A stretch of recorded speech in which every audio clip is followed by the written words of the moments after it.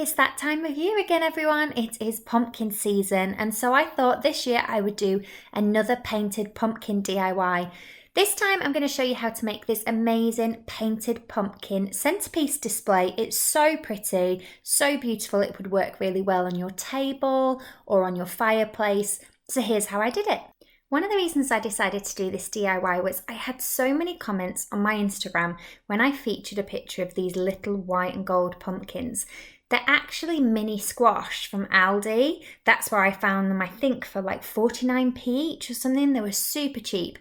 But I had so many people asking me about what I'd done to them that I decided to do some more, show you what I did, and also make a big centerpiece display out of them. So as you can see, I've painted them, but I haven't fully painted them. So all this is a light coat of white paint with a bit of water added, like a whitewash, so that you can still see the colour of the squash coming through.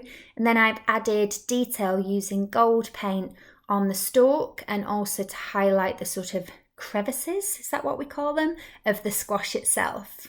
So I'm going to replicate the effect and also do a couple of other painted pumpkin designs.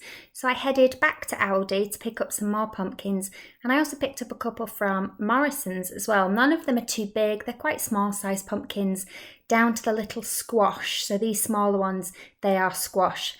And the first thing I did was give them all a good wash in soapy water. And then I had a little arrange of them on my dining table to work out what arrangement my sort of display was going to have.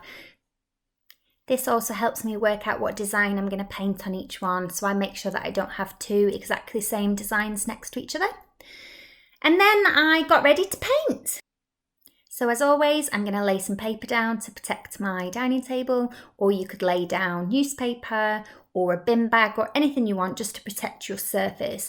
And as I said, I've pre-washed my pumpkins in soapy water and made sure that they've dried perfectly. So the white paint I'm going to use is just a basic emulsion, and I'm going to mix it up with a little bit of water so that it's a little bit more loose, and this will help get that effect where you can see through to the pumpkin's original colour. I'm going to start off by painting every single pumpkin except the largest one white. And I'm going to start by painting the bottom of the pumpkins, and I'm not going to worry too much about how evenly the paint is or about brush marks, because actually the whole effect of this is that it's a little bit, not messy, but that you can see the colour of the original pumpkin through. So it's kind of like a whitewash effect, so it totally doesn't need to be perfect. So paint the underneath of all of your pumpkins and then leave them to dry. For the largest pumpkin, we're actually not going to paint this yet. We're going to cut a hole in the top of it, and that's because the larger pumpkin is actually going to hold flowers.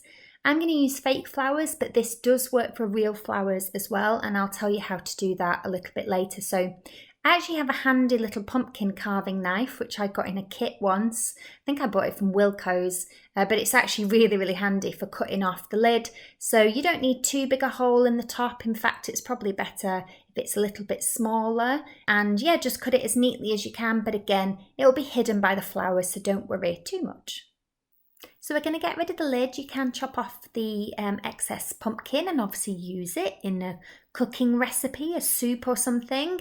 And we're also going to take the pumpkin away. I'm going to cut more out of the inside and scoop out all of the seeds. But as it was a little bit messy, I did opt to go and do that over in my kitchen. But once it's all cleaned out and nice and empty, and like I said, you can use the insides to make yourself a nice soup, then we are ready to paint it.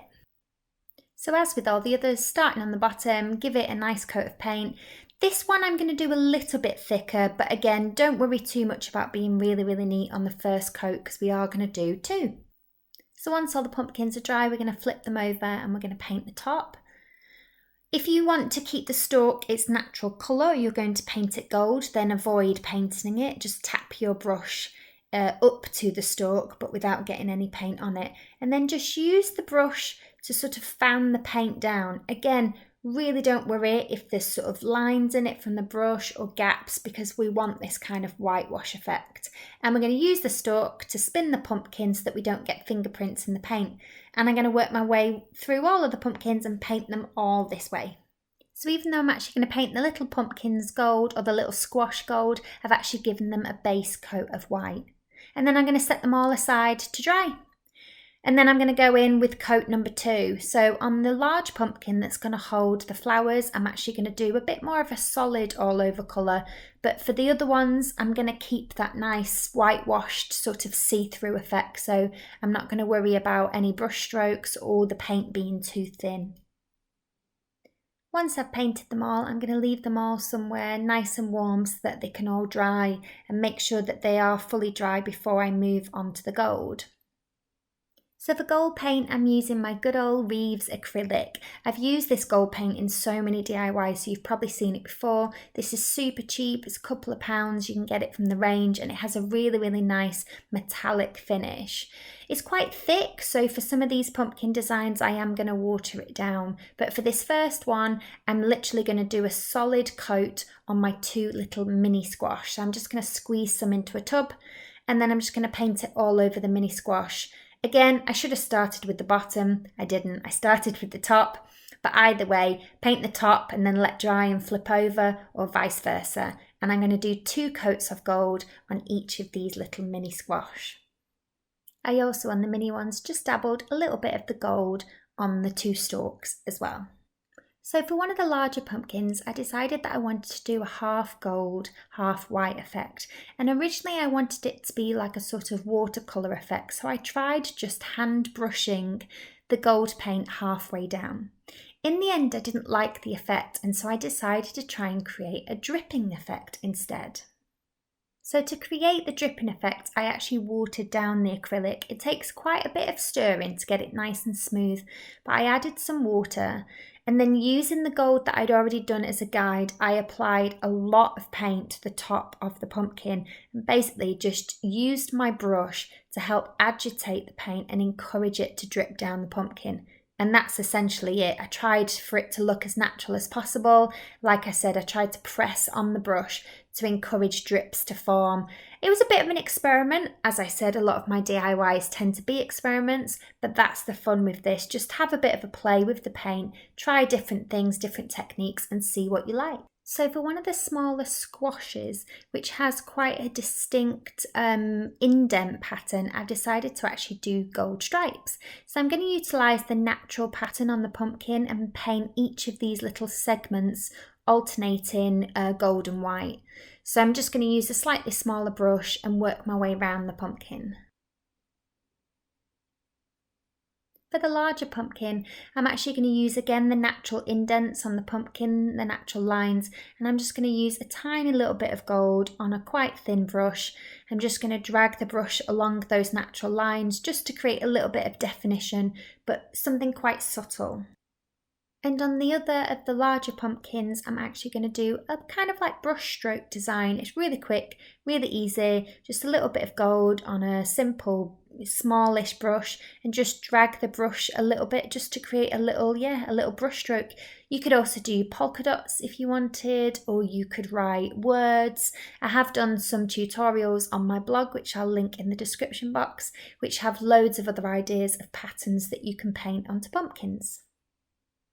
And then comes the fun part of arranging them all on your dining table or wherever you want to arrange them. Like I said, this would look really cool on a fireplace, right on the top on the mantelpiece, or down by the fireplace, or it would look nice on a breakfast bar. Loads of different things that you could do with this kind of arrangement of pumpkins. So as I said, I'm using fake flowers, so I'm now going to make my arrangement inside my pumpkin, and I'm using these, I think they're like a fake rose, with a little bit of a pink tinge, but you could use real flowers.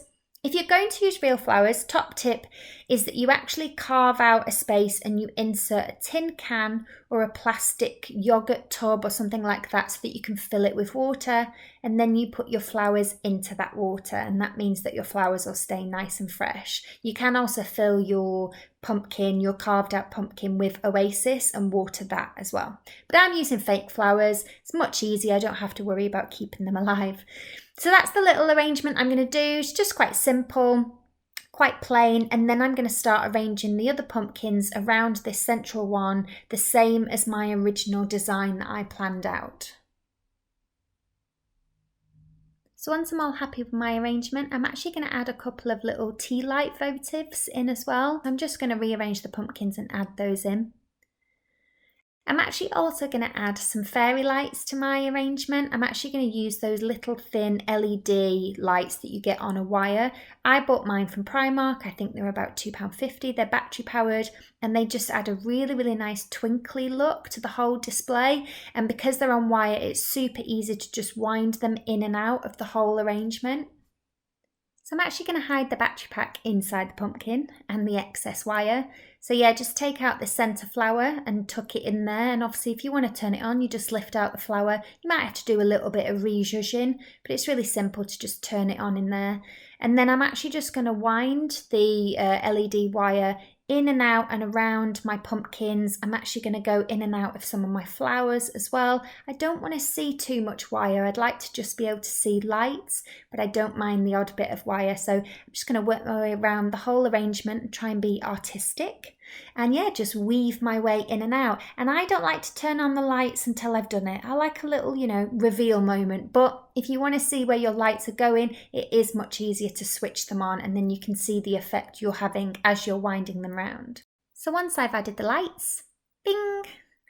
I'm now going to add a few little loose flowers. I'm just going to dot them in and around the arrangement. Again, just put them wherever you want. I just want to fill in some of the little holes. So these were just some flowers that I had left over. So once again, I'm going to be a bit arty-farty and shove them into gaps. And ladies and gentlemen, that is it. Light your little tea lights and you are ready to go. I am so pleased with how this looks. I think it looks so beautiful, so elegant. It's a little bit different than the usual kind of Halloween carved pumpkins. It would be great for a dinner party, but also imagine this at a wedding or a baby shower or something like that. I just think really lovely. I'm really pleased. I hope you've enjoyed the DIY. I hope that I've inspired you to paint your pumpkins. And of course, even if you're not going to do a huge big arrangement and display like this, you could just paint a single pumpkin using one of these methods. And also I've seen a very cool thing where you can carve out your pumpkin and pop succulents in the way that I've put flowers in. So definitely have a go of that as well. Please do give the video a thumbs up if you enjoyed it, and of course do subscribe for more videos, and thanks for watching guys. Bye.